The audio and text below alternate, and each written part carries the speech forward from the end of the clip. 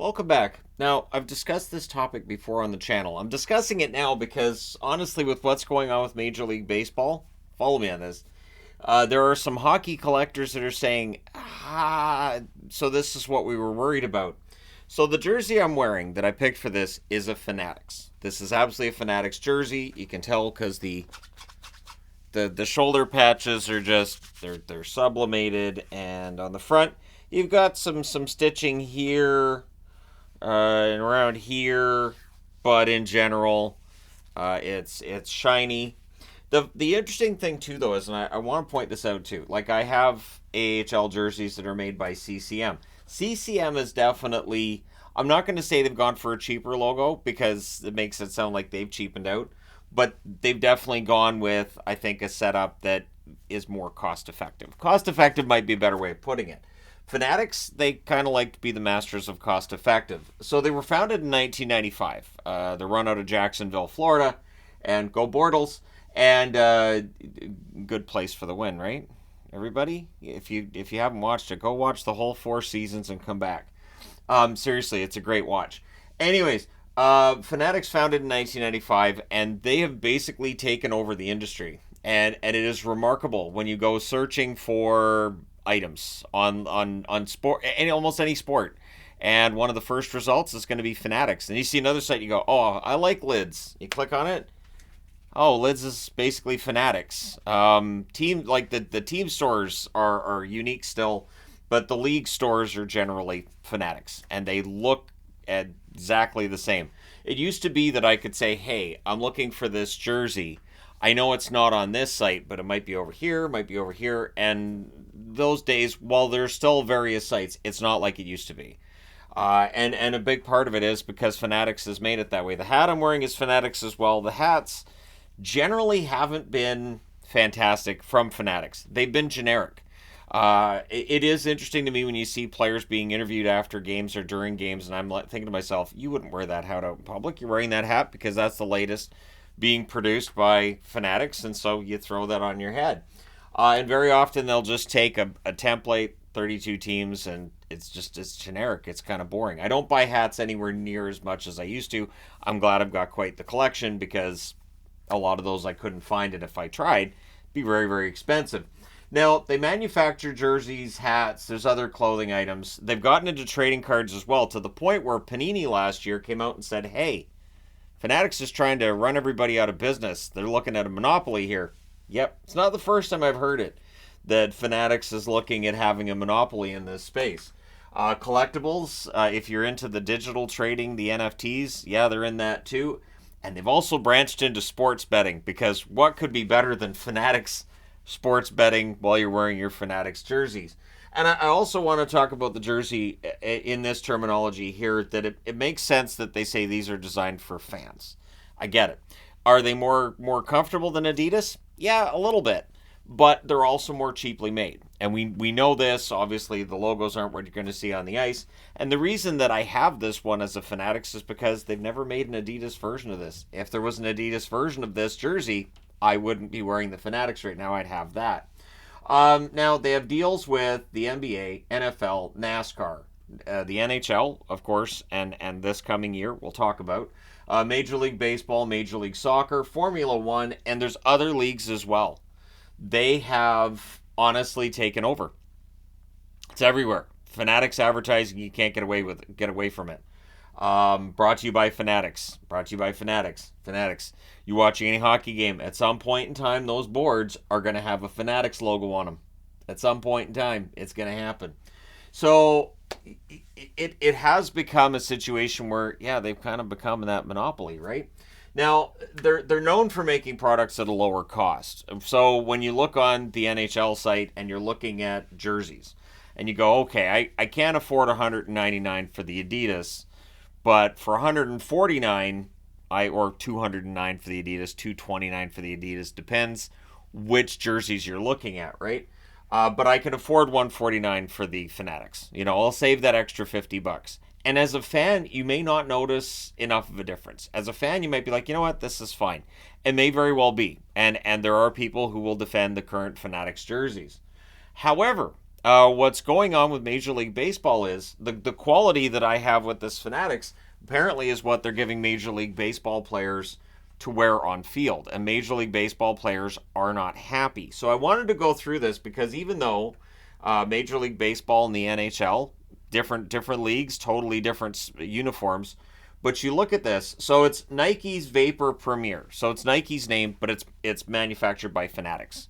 So Nike basically just says, all right, our name's on it, and they hand it off. So Nike's Vapor Premier baseball jerseys. First off, word from some players, they don't fit right. They're not happy with the fit, and the pants aren't customized. So in some cases, we're seeing where teams are having to tailor the pants themselves. Players are used to having their measurements done and tailored pants.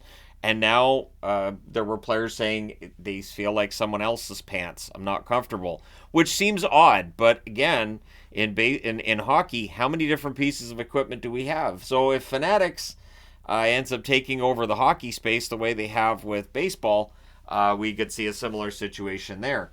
One player said they look like a knockoff from TJ Maxx, which I've heard plenty. And I've heard that about the Fanatics jerseys too. For people say, hey, DH I can get a jersey of a higher quality. And whether they're right or they're wrong, the fact that you can even have that conversation is problematic at best, right? They're designed by Nike, manufactured by Fanatics, as I said. I've seen a lot of comments about the colors being off. That each team has their own custom color, and it looks like Fanatics has just made it all generic. And I know the Orioles are saying that the orange is too bright, so I guess they went with the traffic cone orange, like when they took over making the jerseys for the NHL, which of course both Edmonton and Philadelphia have gotten away from because I don't think they were selling, and I don't think they look particularly appealing. That darker burnt orange is definitely a better color. And they look like a replica, is what's being said of the on-field product. Now, on-field jerseys can cost you upwards of $450. So, yeah. And this is the thing, right? You drop your costs for manufacturing, and you increase the price. Or you keep the price the same. Be like, hey,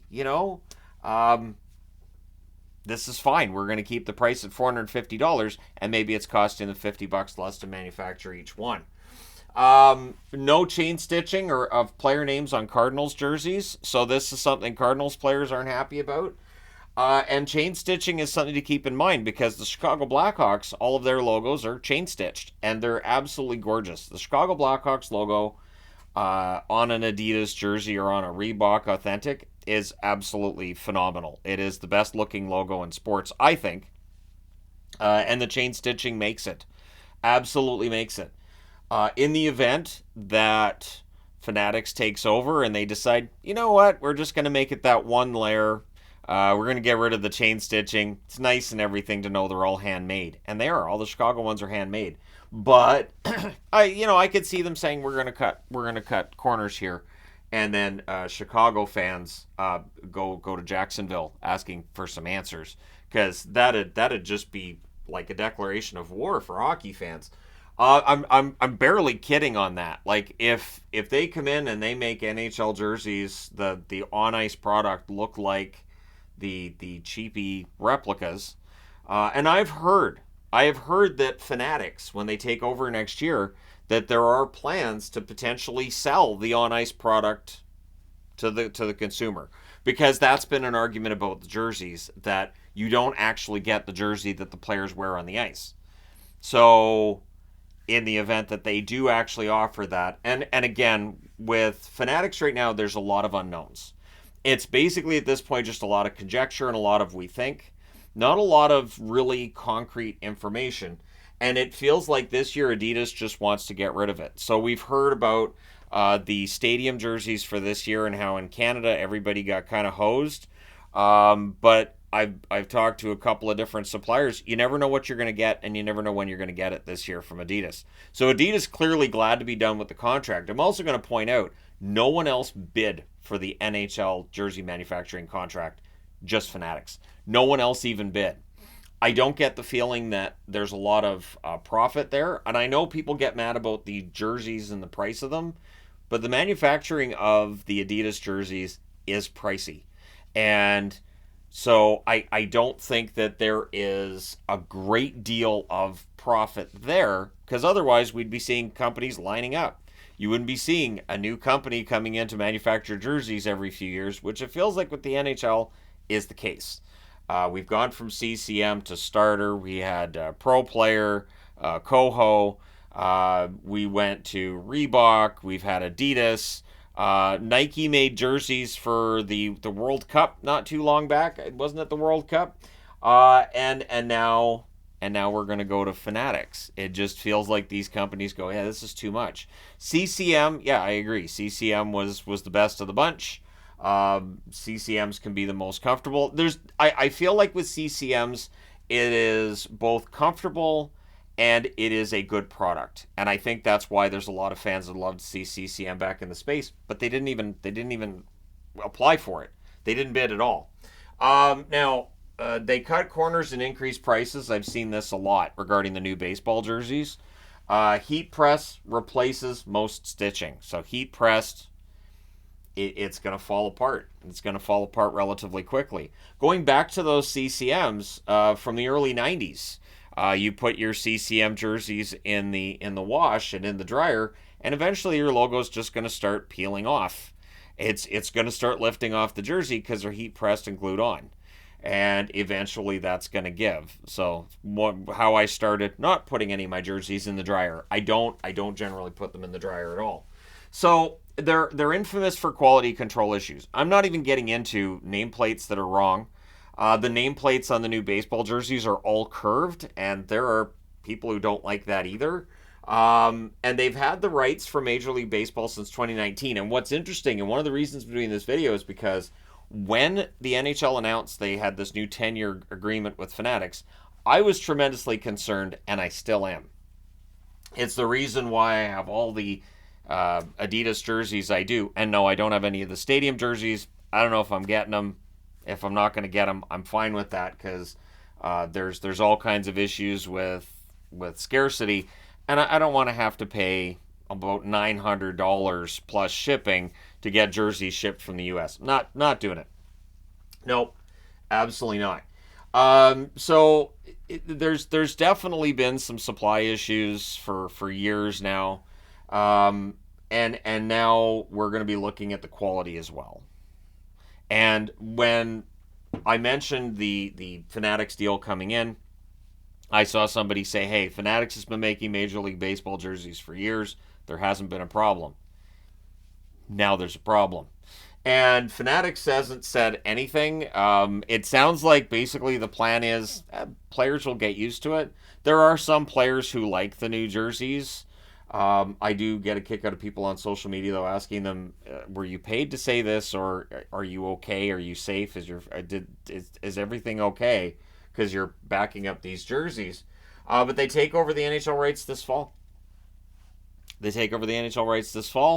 And the first year, I can't guarantee it, but it feels like the first year we're probably going to get a really high quality product, because they've given Major League Baseball a high quality product initially too, and then they'll start cutting. Where I worry is that they'll start cutting back. The materials will start getting cheaper. It's one of those things where you pick something up and you go, this feels cheap. I can't put my finger on it, but it feels cheap. And there are times where I've got a Fanatics hat, or I go to Lids locally here and I pick up a hat and I'm like, this is really cheap. This is no. And it's difficult. And then you look at the price and you're like, and they want $50 for this, and I can tell it's cheaper material than the hats I was paying $30 for 5 years ago. So the prices have gone up a lot. T-shirts now, $50 for a t-shirt, $60 for t-shirts. Somebody's buying it out there too. It's just absolutely insane. But when you have a monopoly, which is where Fanatics is heading, where else are you going to buy? So the best friend to DHgate and the other knockoff sites may very well be Fanatics. We may very well see a time where people say, you know what? It's a free-for-all, because the quality product that's being manufactured for the league is no longer a quality product. So, knockoffs are probably better, probably preferable. We're not there. I don't know if we get there, but it seems like in Major League Baseball, this has been an absolute disaster. and you just roll it out to all 30 teams. The other part too is that they said, hey, we gave them All-Star jerseys that were made the same way. Players have come out and said the All-Star jerseys were actually a little different than these ones. These ones are a drop in quality. So we'll see what happens. But let me know your thoughts. Has the news of these Major League Baseball jerseys being kind of a disaster? Again, there are some that will defend them and say they're fine. But has this affirmed your concern about Fanatics? Or are you still of the mind that, nah, it'll be fine. Everything, this will work out great. So, and there may be people who feel that way, and I don't begrudge anybody who does, because honestly, it is possible that coming out of this mess, that they go, okay, we can't do that with the NHL. Really, with corporations, the only way that they really tend to change things is when their profits drop. Fanatics hasn't really had that experience that I've seen. Their company is worth a lot. They have more than 10,000 employees. They're doing really, really well. So odds are they may very well look at this and say they'll get used to it. But let me know your thoughts. Will people just get used to it, or will they not? Don't forget to hit like and subscribe in the event that you haven't done so already. And hey, maybe it'll be just fine. Yeah, sure, why not? But yeah, let me know your thoughts. Thank you guys so much for all your support. I will talk to you again soon.